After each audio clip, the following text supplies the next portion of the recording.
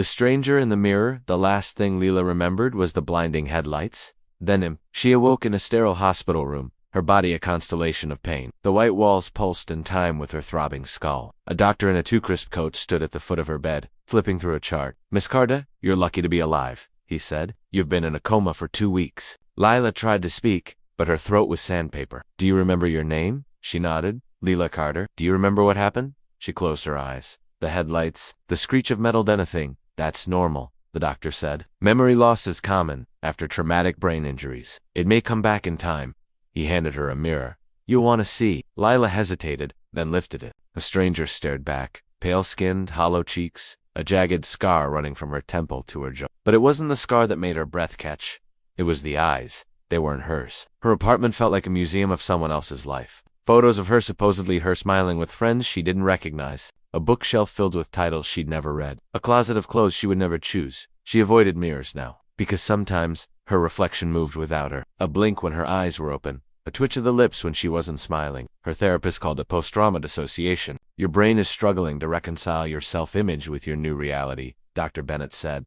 "The mind plays tricks." But Lila knew better. Last night, she'd woken at 3:17 a.m. to the sound of glass cracking. The mirror above her dresser had split down the middle, and in the fractured reflection, something had been standing behind her. "You're not supposed to be here." Lila spun around. No one. The voice had been clear, feminine. She pressed her palms to her ears. "Hallucinations. It's just the trauma." But the whispers grew louder. "In the shower, in the car, in the spaces between heartbeats. You took my face. Give it back." Then, the texts started. Unknown number. No history. Just 3 words, sent at 3:17 a.m. "I see you." Lila blocked the number. The next morning, she found her phone in the sink. Shattered, drowned, like someone had held it underwater. Lila dug through old news articles until she found it. 2 vehicles involved. 1 survivor. Her breath hitched. The other Cara silver sedan had been driven by a woman. Mara Voss, 28. Pronounced dead at the scene.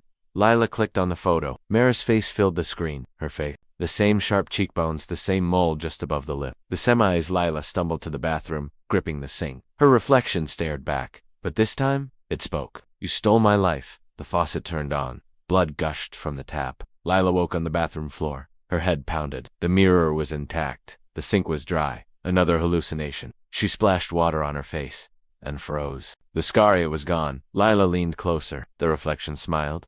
"Thank you," it whispered. Then it reached through the glass and pulled. The detective frowned at the scene. Leela Carter, the woman who looked like Leela Carter, was sprawled on the bathroom floor. No pulse, no signs of struggle. Just a shattered mirror and a single, unnerving detail. The victim's face wasn't hers. The real Leela had died in the accident 2 months ago. This woman, Mara Voss, had woken up in her body. And now, the reflection had taken its due.